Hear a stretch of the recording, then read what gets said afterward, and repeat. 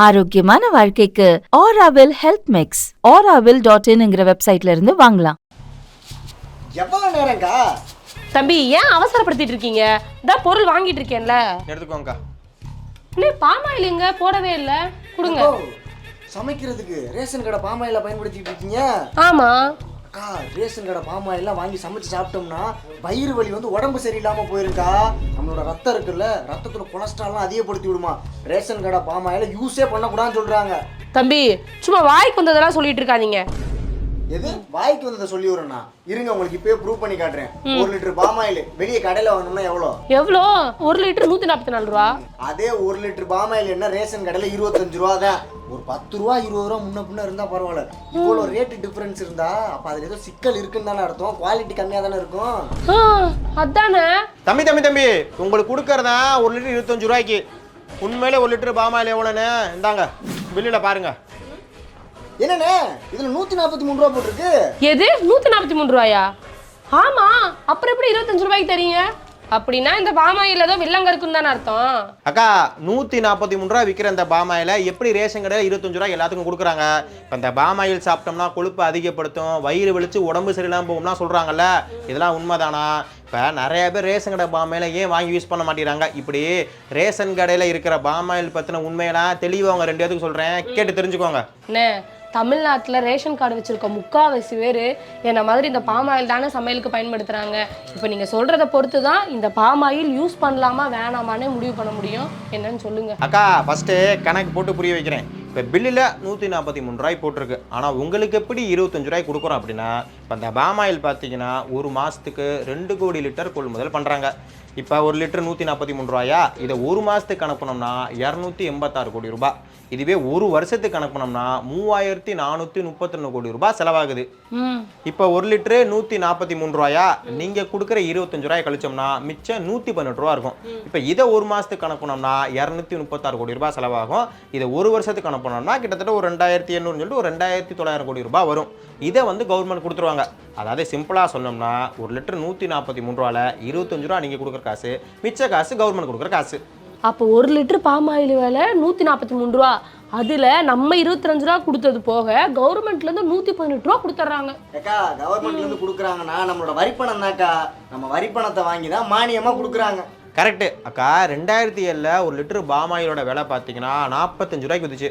அப்போ 25 ரூபாய்க்கு ரேஷன் கடையில் கொடுத்தோம். இப்போ 2025 1 லிட்டர் பாமாயில் விலை பார்த்தீங்கன்னா 143 ரூபாய்க்கு விற்குது. ஆனால் இப்போயும் ரேஷன் கடையில் 25 ரூபாய் கொடுக்குறோம். பார்த்தீங்களா அவ்வளோ விலை கம்மி கொடுக்குறோம்னு? அங்கே தான் எனக்கு சந்தேகமே வருது.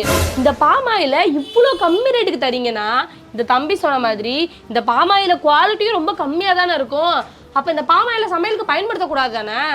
சரியா சொன்னாக்கா. அக்கா, குவாலிட்டி விஷயத்துக்கு வரும்.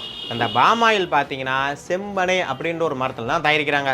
அந்த பாமாயில் சாப்பிடலாமா கூடாதா, நல்லதா கெட்டதான்னு ரிசர்ச்லாம் பண்ணி என்ன சொல்கிறாங்கன்னா, இந்த பாமாயிலில் 90லேருந்து 100% சேச்சுரேட் ஃபேக்ட் அப்படிங்கிறலாம் கிடையாது.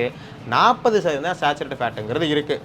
இதனால அந்த பாமாயில் சாப்பிட்டா வந்து கொழுப்பு வந்து அதிகப்படுத்தும், நம்ம ரத்தத்தில் கொலஸ்ட்ராலை அதிகப்படுத்தும் அப்படி இப்படிலாம் சொல்கிறாங்கல்ல, அப்படி இப்படின்னு சொல்கிறலாம் உண்மை கிடையாதுன்னு ரிசர்ச்சில் சொல்லியிருக்காங்க. ஸோ பாமாயில் பார்த்தீங்கன்னா நம்ம நினைக்கிற அளவுக்கு கெடுதிங்கிறது கிடையாதுன்னு சொல்கிறாங்க. சரி, அப்புறம் எதுக்கு பாமாயில் யூஸ் பண்ணாதீங்க, நல்லெண்ணெய் யூஸ் பண்ணுங்க, கடலெண்ணெய் யூஸ் பண்ணுங்கன்னு சொல்றாங்க. இவர் சொல்ற மாதிரி பாமாயில் அந்த அளவுக்கு எதுவும் பெரிய பிரச்சனையை உண்டாக்காதுன்னா பாமாயில யூஸ் பண்ண சொல்லலாம்ல. ரேட்டும் கம்மி தானே, எதுக்கு யூஸ் பண்ணக்கூடாதுன்னு சொல்றாங்க. அது என்ன விஷயம்னா, பாமாயில் மட்டும் இல்லை, பொதுவாகவே எந்த எண்ணெயும் அளவுக்கு அதிகமாக யூஸ் பண்ணால் உடம்புக்கு கெடுதி தான். அது நல்லெண்ணெயாக இருந்தாலும் சரி, கடெண்ணெயாக இருந்தாலும் சரி, பாமாயிலாக இருந்தாலும் சரி. இப்போ ஏன் குறிப்பிட்டு பாமாயில சொல்கிறாங்க அப்படின்னா, இப்போ இந்த பஜ்ஜி கடை, வடை கடை, இந்த மாதிரி கடைகளில், அப்புறம் பேக்கரின்னு இந்த மாதிரி சின்ன கடைகளில் ஆரம்பித்து ரோட்டு கடை, அப்புறம் ஹோட்டலு, அப்புறம் நம்ம சாப்பிட்ற இந்த சிப்ஸு பிஸ்கட்டுன்னு 3/4 பொருட்களில் பாமாயில் கலந்து தான் செய்வாங்க. இப்போ இதெல்லாம் நம்ம சாப்பிட்றோமா, இதனால நம்ம உடம்புல அதிக அளவில் பாமாயில் சேரக்கான வாய்ப்புகள் நிறையவே இருக்குது. இதனால உடம்புல பிரச்சனை வர்றதுக்கான வாய்ப்புகள் நிறையவே இருக்குது. இப்போ கடையில் பாமாயில் செஞ்ச பொருட்கள்லாம் நம்ம வாங்கி சாப்பிட்றோம். அதனால் வீட்லேயும் நம்ம பாமாயிலை யூஸ் பண்ண வேணாம் அப்படிங்கிறது தான் சொல்கிறாங்க. அதே போல் இப்போ ரேஷன் கடையில் பார்த்தீங்கன்னா பாமாயில் மட்டும் தான் கொடுக்குறாங்களா, அதனால தான் ரேஷன் கடை பாமாயிலை யூஸ் பண்ணாதீங்க அப்படிங்கிறனே சொல்கிறாங்களே தவிர, பாமாயில் சாப்பிட்டாலே நம்ம உடம்புக்கு பிரச்சனை வரும் அப்படிங்கலாம் கிடையாது. அதிக அளவில் எந்த எண்ணெய் சாப்பிட்டாலும் நம்ம உடம்புக்கு பிரச்சனை வரத்தான் செய்யும். ஓ, இதான் விஷயமா? இல்லைண்ணே, பொதுவாக அந்த ரேஷன் கடையில் கொடுக்குற பொருள்லாம் தரம் இல்லாமல் இருக்கும். அதுவும் இந்த எண்ணெய் எல்லாம் கம்மியான ரேட்டு கொடுக்கறனால அதில் குவாலிட்டிலாம் கம்மியாக இருக்கும். அதெல்லாம் சமைச்சு சாப்பிட்டோம்னா உடம்புல இந்த வயிற்று வலி பிரச்சனை, இன்னும் சில பிரச்சனைலாம் வருமோ ஒரு சில பேர் சொன்னாங்க. அதனால தான் நானும் அக்கா கிட்ட சொன்னேன். இப்போ நீங்கள் சொன்னதுக்கப்புறம் தான் எனக்கு விஷயமே புரியுது. தம்பி, உங்களை மாதிரி தான் நிறைய பேர் இந்த ரேஷன் கடையில் கொடுக்குற பொருள் எல்லாமே ஏழைகள் மட்டும்தான் வாங்கி யூஸ் பண்ணணும், நம்மளாம் வாங்கி யூஸ் பண்ணக்கூடாது அப்படின்னு நினச்சிக்கிட்டு இருக்காங்க. அப்படிலாம் இல்லைப்பா. கிட்டத்தட்ட 2 கோடி குடும்பங்கள் இந்த ரேஷன் கடைனால பயனடைகிறாங்க. ரேஷன் கடை பொருளை மட்டுமே நம்பி எத்தனை குடும்பங்கள் இருக்காங்க தெரியுமா?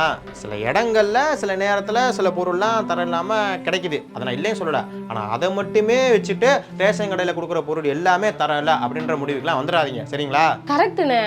தம்பி, எங்கள் வீட்டில் இருக்க அரிசி, கோதுமை, பருப்பு, ஜீனி, எண்ணெய் இது எல்லாமே இந்த ரேஷன் கடையில் வாங்கினது தான். வெளியெல்லாம் விற்கிற விலைக்கு எண்ணெய் வாங்க முடியுமா? 1 லிட்டர் ரீஃபண்ட் ஆயில் 150 ரூபாய்க்கு விற்கிது. அதுவும் இந்த கடல் எண்ணெயெல்லாம் 1 லிட்டர் 250 ரூபாய்க்கு விற்கிது. இது நல்லெண்ணெய் 300-350 ரூபாய்க்கு விற்கிது. இதெல்லாம் நம்ம பட்ஜெட்டுக்கு செட் ஆகாதுப்பா. இந்த பாம் ஆயில் தான் எங்கள் பட்ஜெட்டுக்கு கரெக்டாக இருக்கும். நீ சொல்கிறத கேட்டுட்டு இங்கே வாங்காமல் போயிருந்தோன்னா எங்கள் நிலமை என்ன ஆயிருந்திருக்கும்? இல்லைக்கா, இவ்வளோ நாள் தெரியாமல் சொல்லிட்டு இருந்தேன். அதான் இப்போ அண்ணே தெளிவாக சொல்லிட்டார்ல, இனிமேல் யார்ட்டும் இந்த மாதிரி சொல்ல மாட்டேன். சரிப்பா, சரிண்ணே, ரொம்ப நன்றிண்ணே. சரி தம்பி, உங்களுக்கு என்ன வேணும்? காடை கொடுங்க. என்ன தந்திடுவேன் நான்